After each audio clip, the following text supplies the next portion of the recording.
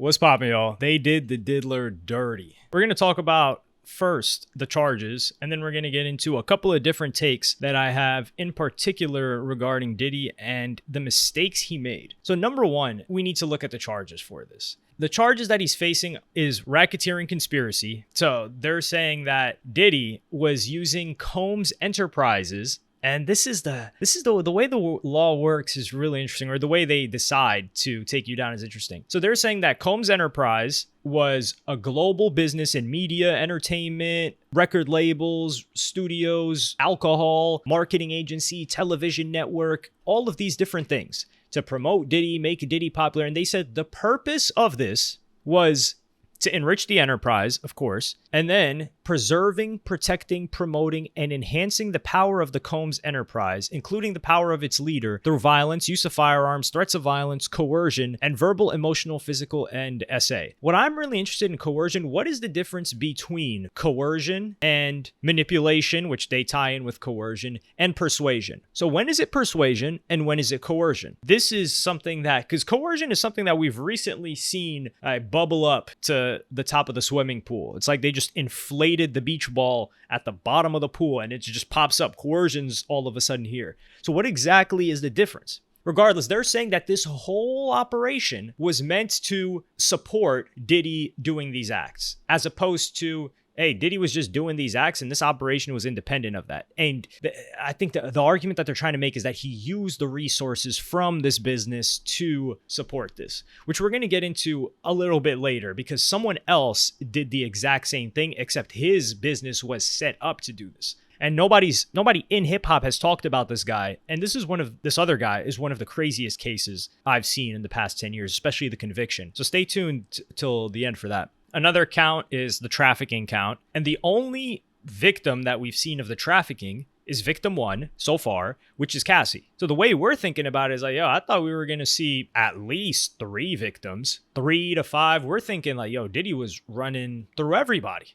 And then the other counts aren't really like, they don't matter that much. Those are the 2 big ones. And then transport to engage in prostitution, which, let's be real here, it's not really the biggest deal. The guys that were getting paid, they're not over there testifying yet, at least. Now, the mistake that I think Diddy made was not changing his tune. Academics talked about this, but I have a little bit of I wouldn't say a different take, but Me Too movement was wild, right? 2016, 17-ish, it started to really bubble up with the Trump election, or Trump starting to run. No, actually, yeah, with the Trump election. And then they went after Harvey Weinstein. And that wasn't good. He starts getting hit with lawsuits. That's how it starts, right? Diddy, first he starts getting hit with lawsuits, and then the law comes. And then now, not Diddy yet, but Harvey Weinstein's stuck in prison. And Diddy just kept running freak-offs throughout this entire time, because that situation with Cassie happened in 2016, I think? So he didn't adjust his behavior. And the question is, why didn't he adjust his behavior? For instance, like, Jay-Z cleaned up his act. Although I think Jay-Z, like, once he got married, things really changed up. So he did that early on. But my thoughts isn't just the ego. Sure, it could be the ego that played a part in it. Diddy felt like, he's untouchable. Those other guys are getting caught. But the thing is, Harvey Weinstein is bigger in power than Diddy. I think Diddy thought he was safe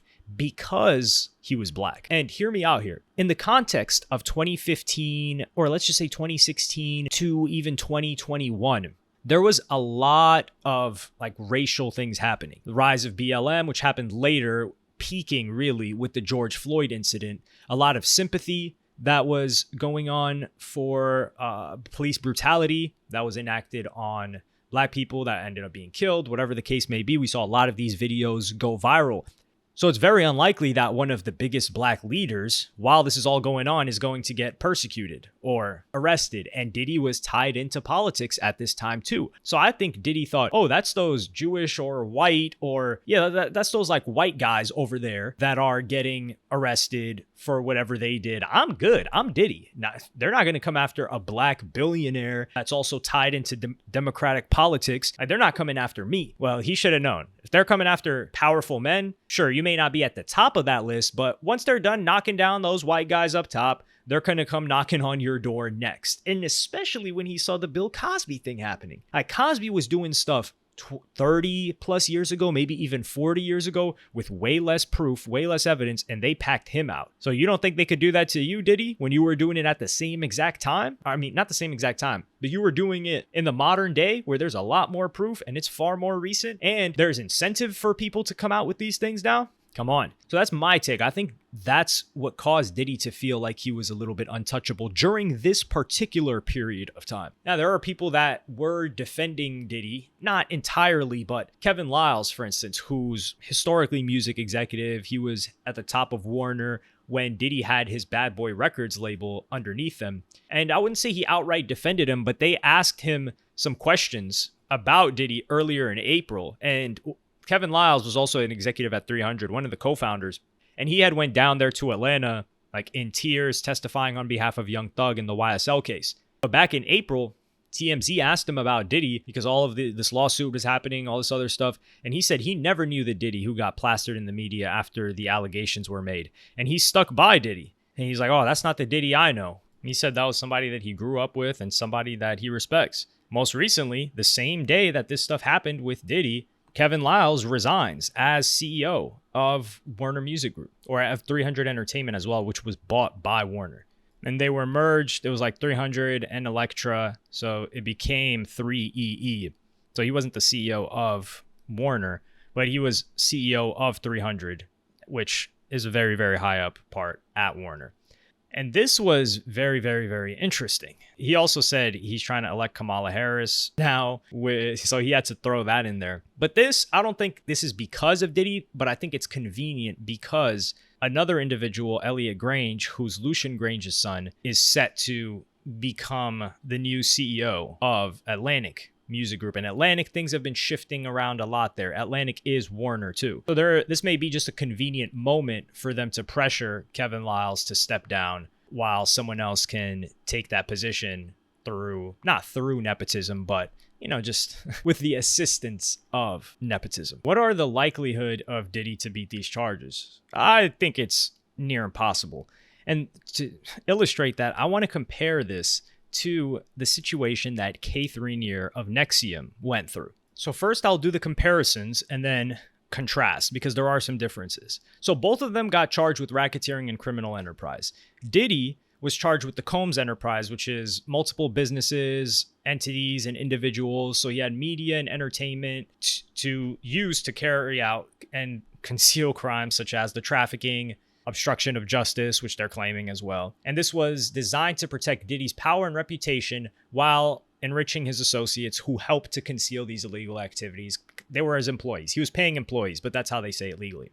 But with NXIVM, Keith Rainier was charged with operating criminal enterprise, RICO. They said it was structured as a self-help organization, but the actual agenda for it was Rainier using it to control, manipulate, and exploit women, including coercing them into relationships of an adult nature. And they said that his followers of this organization helped protect and enhance his control over this group. Now, the trafficking and coercion part. So with Diddy, they're saying he's running a trafficking operation that transported women across state lines for his freak-offs. The only victim we've seen so far for that, which seems identical to the testimony, is what Cassie gave us. Now, can we really say that he trafficked Cassie? Now, we can say that he beat Cassie. Sure, we saw that live on video, even if you dislike Diddy, right? And I'm not the fondest guy of Diddy, to be honest. Would you say that he was trafficking Cassie? I think we can all agree that no, they were in a relationship of some sort. So what they were saying is, in Diddy's case, is that he used threats of violence and control over the career of Cassie to coerce her into participating in this. Now, that is possible. So with Keith, he was convicted of trafficking within the organization through its subgroup DOS. So DOS, DOS, women were alleged, well, not even alleged. He was convicted of this into slavery. They were branded with Rainier's initials, which they all consented to, and they were forced, they consented to this, into adult relationships with him. So the comparison is Rainier used psychological and emotional manipulation, blackmail with collateral such as personal secrets, and threats to maintain control. So in Keith Rainier's case, there was no violence involved, no threats of violence whatsoever. It was purely psychological and emotional manipulation. With Diddy, there's actual violence and video of this violence. And just to let you know, Keith Rainier got convicted. And you want to guess how much he got sentenced to? 120 years. So mandatory minimum of 15 years and up to life in prison. That was the mandatory minimum. But yeah, he's in a maximum security prison. And he was 60 when he got sentenced. Keep in mind, Diddy's 55 now? It's probably going to take a couple of years for this to all pan out with the trial. He might be 60 when he gets sentenced. And this guy got 120 years with no actual violence going on in terms of like beating or whatever we saw with Diddy. And keep in mind, a lot less mainstream fame than Diddy as well. So then there's the obstruction of justice, manipulation. So they say that Diddy was bribing and threatening witnesses and victims, like getting the footage from the hotel lobby to silence them. With Rainier, they said his associates engaged in obstruction by pressuring victims to stay silent. So using tactics like legal threats and psychological manipulation, which a legal threat could just be considered like an NDA. And they use psychological manipulation a lot here, which is why I reference like persuasion, coercion, what's the difference here? And Nexium members were taught to be loyal to Rainier and would intimidate or sue defectors to prevent them from speaking out. So this is like legal threats, like what's really going on here? But the point is, I'm not defending Rainier or Diddy. It's just to show that as of now, the severity of what Rainier was doing is a lot lower on the totem pole than Diddy. And he got 120 years. Now, there are some differences, though. So with the Combs enterprise with Diddy, it was legitimate businesses, right? You've got products, clothing, music, media, and they're saying that he used these businesses to facilitate his illegal activities. They say he used them as a front, but realistically, they just financed it. It's not like these activities started before, but who knows? Maybe there were freak-offs while he was at Howard University. But Nexium, they were saying it was primarily a cult organization because it was an MLM in terms of multi-level marketing. And they said he just disguised it as self-help group. Like they would have these courses and workshops and in-person events. But their case was that the primary goal was to create a tightly controlled environment where Rainier could exploit followers. So and keep in mind, with this, it was insular. So the people that were in Nexium were also the people that Keith was smashing. Not the same thing with Diddy. Like Diddy was smashing people that weren't even in his businesses or had anything to do with it. Then there's the contrast in public persona. So Diddy is a superstar. Like music, entertainment industry, even politics to a degree. Rainier, he was low key.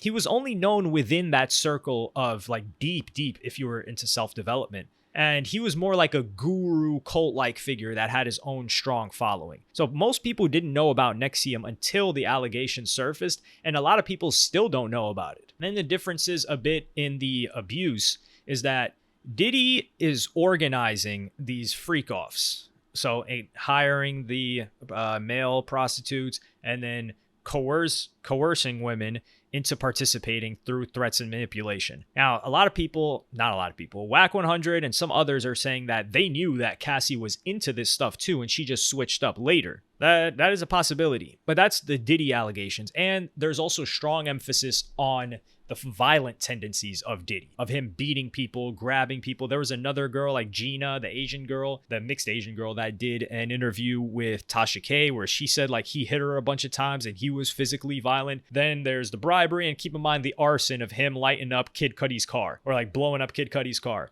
So there's a lot of violence with Diddy. We also seen him catch a case for hitting the UCLA coach upside the head for not playing his kid. With Rainier, the severity was much less. It was just psychological. That's what they're saying. The abuse was psychological. And he created this system where women were, quote unquote, blackmailed into loyalty and coerced into becoming his slaves. So it kind of operated as an MLM too, where he had like one girl that would convince other girls to convince more girls. And it didn't seem illegal. Like if you read this without having, let's say, the legal system already pursuing it, you would be like, okay, this is kind of a weird thing. But you wouldn't say he's doing anything criminal because everyone was there of their own volition. Nobody was underage. I think most of the women were above the age of 25. So it's not even like they were 21, 18, 19, 20, 21, 22. They were above the age of 25. And I think some were even in their 30s.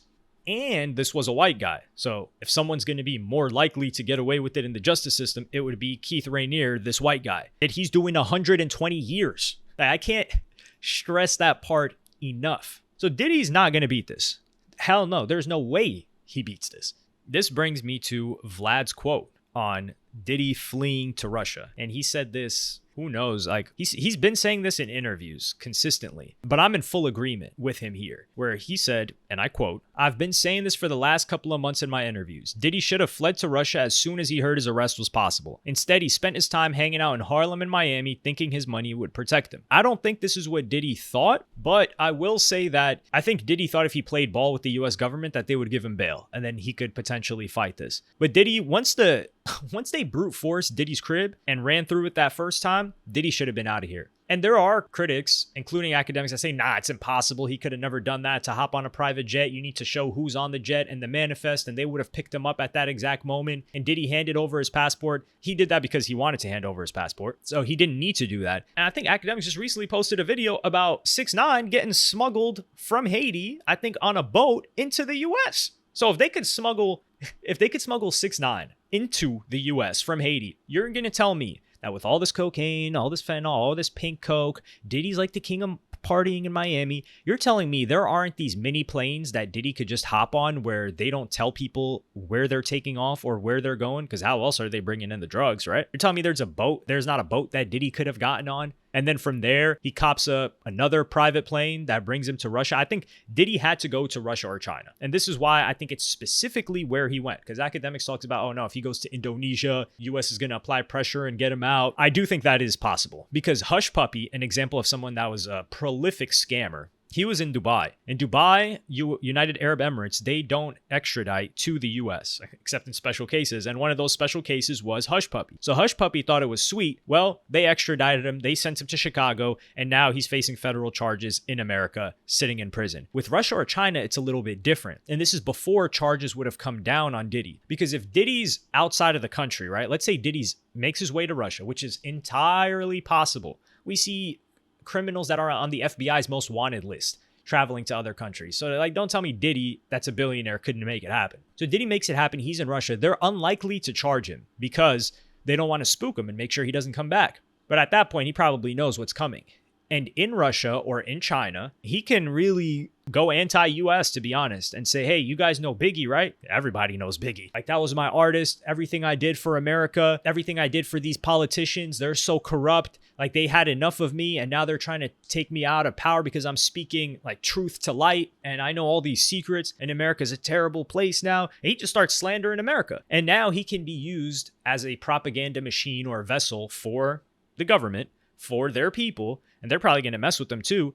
The charges didn't come out yet. So now he's less likely to even be handed away, because if he's just like some random criminal, they might just hand him off. We don't really know. Russia or China, like, there's static between the US. So it's very unlikely for them to want to hand somebody over. Just think about how difficult it was for them to get Brittany Griner. And Brittany Griner, like, committed a crime over there. Now, Diddy, especially if Diddy doesn't want to leave, they're not just going to hand Diddy over. So Diddy could have made himself a nice position there and lived there. Because what's the other option? Go into prison for the rest of your life? Because that's where he's going. Like, he's a lunatic if he thinks that he's going to beat this case. And then if you beat the case, you just spent $150 million for what? You're depleting constantly every month.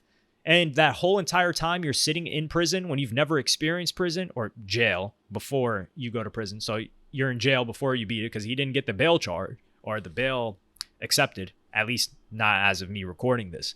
So my personal opinion, do I think Diddy's innocent or being targeted?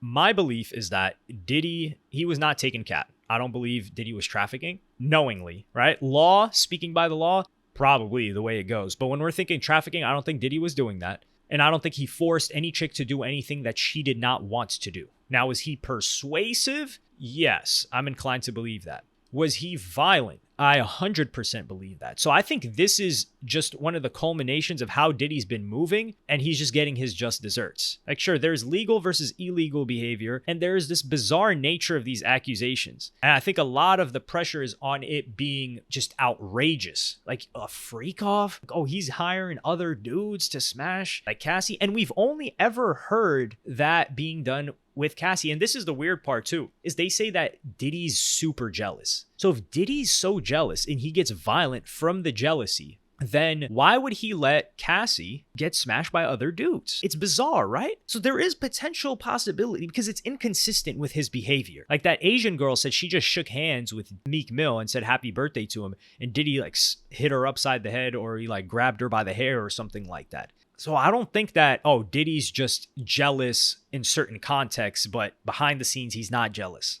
I don't know. So perhaps it's Cassie that wanted these other dudes because she was cheating on Diddy too, and that's what caused him to cut her off. So perhaps Cassie's the one that wanted these dudes, and Diddy was like, okay, we can do this, but it needs to be private, and we can't be getting real guys we need to get people that are discreet. So I think that's entirely possible because we've never heard another person engaging in freak-offs with Diddy that was like Diddy's woman that he claimed. Never. Or getting smashed by other dudes. Not yet, at least. So that's where I think about that situation.